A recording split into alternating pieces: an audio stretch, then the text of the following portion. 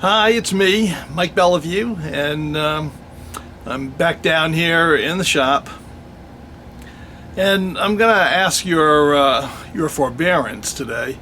The video you're going to see is really not the video I had planned to release this week.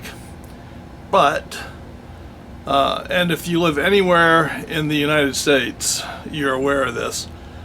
We've been having some pretty terrible weather. And that's across almost the whole country. At least 3/4 of the country has been having some phenomenally bad weather. And since I filmed the last video, the one on police guns, we have had 2 snowstorms and 1 ice storm since then in that week. And I just have not been able to get the work done to make this next video. I've been busy almost every other day, spending hours digging the place out of the snow. So what I thought I would do is show you the major outtake from the police video and hopefully answer some of the questions. You know, we got so many comments on that video, I think like 500 comments. And what I got asked about the most often was, what's this Smith Wesson line you keep talking about? Don't you mean the Mason-Dixon line? That's number 1. And number 2, how come you didn't say anything about the Colt police model cap and ball revolver or the Remington police model cap and ball revolver? So I'm going to try to answer those 2 questions, and they'll be in this clip. And just for a bonus, I'll tell you a couple of stories. So at the end of the video, I'll tell you the story about the only time I got shot. and I hope you'll find it entertaining. And right now I'll tell you another story. You're probably seeing this on my face, right? So, you know, rather than have a bunch of you write comments in saying, what'd you do to your face? It's an improvement. I'll just answer it now so I don't have to answer 100 comments individually. And most of you are, well, I shouldn't say that, but I'm sure some of you realize that for the last 2 years I've been shaving with a straight razor. I started off a couple of days a week, now I shave every day with a straight razor. So in 2 years, I've occasionally nicked myself a little bit. But 2 days ago was the first time I actually cut myself with a straight razor. And it's totally my fault because I was preoccupied thinking about something else. And you can't do that when you're straight razor shaving. One of the things I like about straight razor shaving is when you do it, you have to be completely present in that moment. I mean, it's really not hard, but you absolutely have to be paying attention for the whole process. And 2 days ago, I broke that rule. I had something on my mind. I woke up with it on my mind, and I was running it through my head constantly. And I was thinking about that while I was shaving. And as a result, I presented the razor to my face at too steep an angle 1 time. And believe me, all you have to do is touch it to slice into that skin, and that's exactly what I did. So it's not really an awful cut, but you know, it's a real cut. So that's what this is. So let's get to the missing footage and answer the question about police revolvers, the cap and ball revolvers, and the question about the Smith Wesson line. Okay, so let's talk about general police firearms. The first United States made revolver to be designated as a police model was the Colt 1862 police model. And this gun sold pretty well. I mean, it sold right around 50,000, 49,000. So it was pretty popular, considering it was only in production for about 10 or 11 years. Now, this gun was kind of interesting because basically Colt did the same thing with this gun that they did with the 1860 Army. In the case of the 1860 Army, they took a 51 Navy 36 caliber gun, they cut a step in the frame, and they blew the cylinder out the front of it to make it big enough to handle 44 caliber projectiles, right? And they ended up with a 44 caliber gun on a 36 caliber frame. Well, with the police model, they did the same thing. They took an 1849 31 caliber pocket model frame. They cut a step in it, which you can see here, and they expanded the front of the cylinder, and they made a 5-shot 36 caliber on a 31 caliber frame. So very small, very light. And in this time period, there was a real thought that police officers, I would say, wanted small, light guns. And I think that'll be proved untrue in some areas and true in others. But at any rate, this is a police model. It was not used officially by any police department that I can find. But was it used by individual officers? Probably, because they were all required in many cases to buy their own guns. Or they weren't even officially armed and they bought their own guns surreptitiously. And Colt was certainly marketing towards that crowd with this gun. And that must have been a pretty good market, because Remington launched its own competitor. This was the 1863 Remington new model police revolver. And like the Colt, it was 36 caliber, and like the Colt, it's a 5-shot. Unlike the Colt, they didn't take the 31 pocket revolver frame and just open it up a little bit for the police. They made a completely unique frame size for this police gun. It's smaller than the belt pistol of the Navy, and it's bigger than the pocket model. And to be honest with you, this gun, which of course is one of mine, I think is one of the slickest Remington revolvers of the 19th century. I love this little gun. And this would have made a great little hideout snub-nose gun for any police officer. Now, they only made about 18,000 to 19,000 of these. And quite a few of them were made as conversions to cartridge. All the cartridges were 38 rimfire, which is what this one is. And I do load 38 rimfire ammunition for it. I have shot this gun, and it is a wicked load of fun. But it lagged pretty far behind its Colt competition. So was this gun used by any police departments? None that I could find. Did individual officers use it? Probably. As I said, we can be pretty sure Remington was marketing it in that direction. As I said, during the 19th century, a lot of police officers bought their own guns. And a lot of them bought them without official sanction, and you'll kind of hear those stories in a few minutes.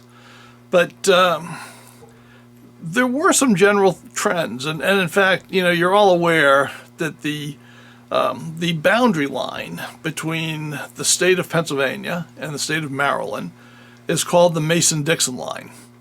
And that's considered to be the official line designating the boundary between the northern states of the United States and the southern states of the United States. Maryland was probably more of a southern state in the 19th century than it was in the 20th century. It's much more of a northern state now. But the Mason-Dixon line was also referred to as the Smith Wesson Line. And the colloquial wisdom was that north of the Smith Wesson Line, in other words in the northern states, the favored calibers for police guns were 32s and 38s.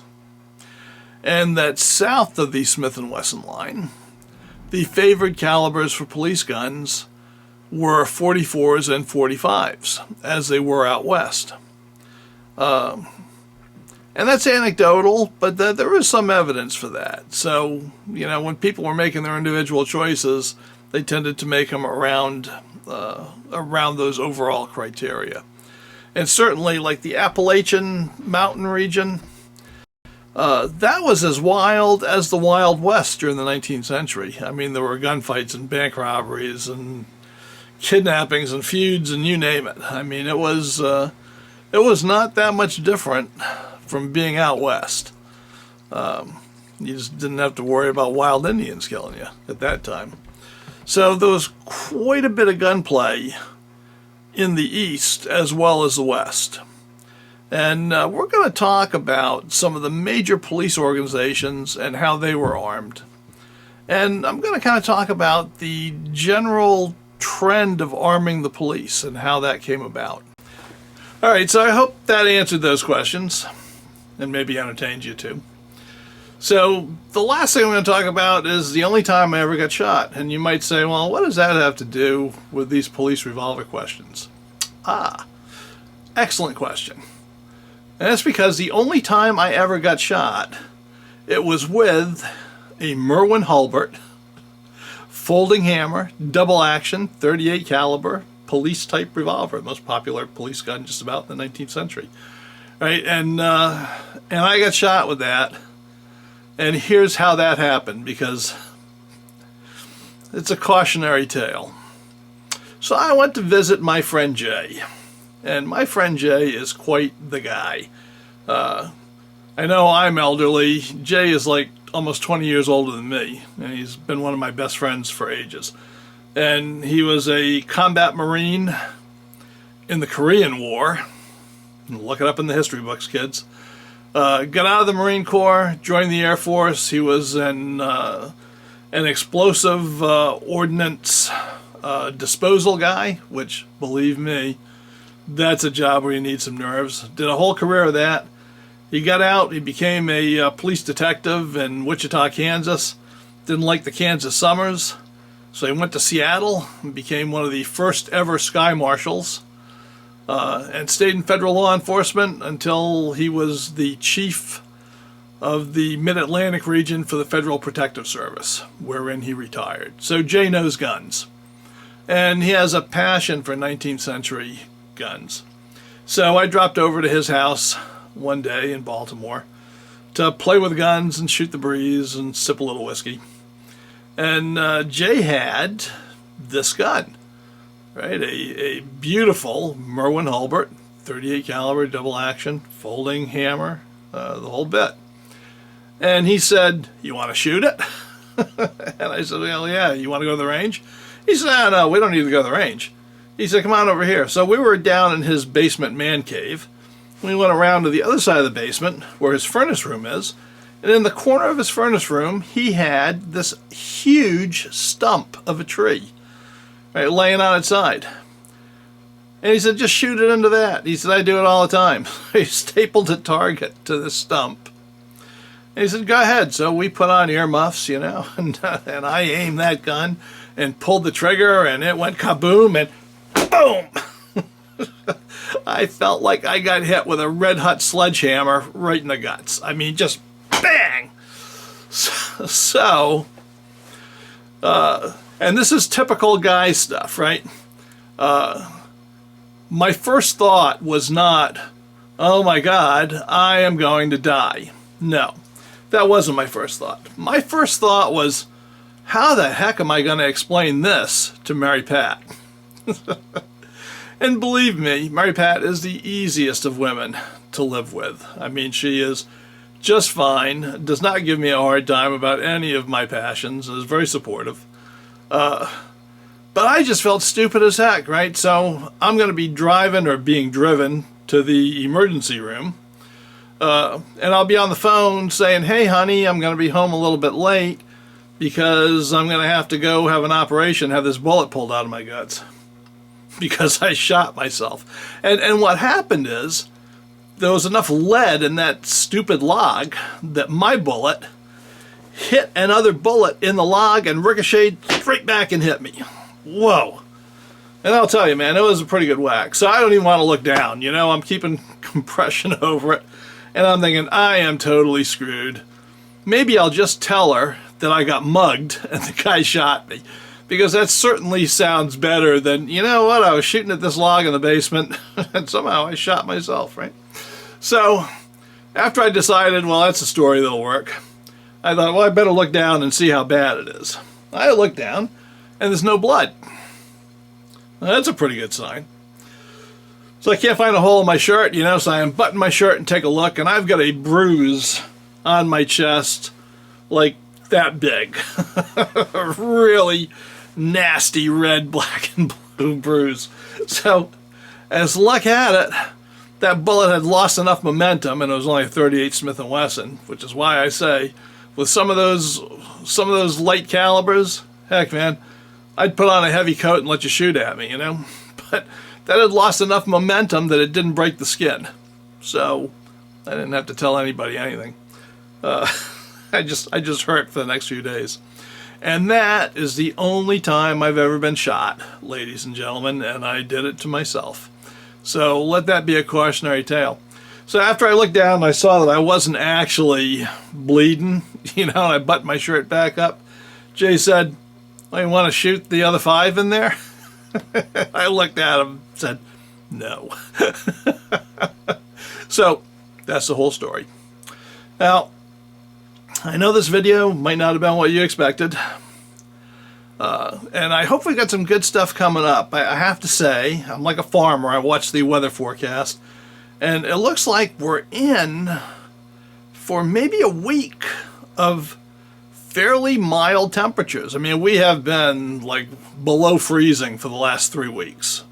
It's been snowing for 3 weeks solid. So we got 22 inches of snow in the last few weeks. So obviously the ranges are in pretty tough shape. I mean, you got to wade, you know, up to your knees in the snow. But we're in for some 40s coming up, and even one day in the 50s.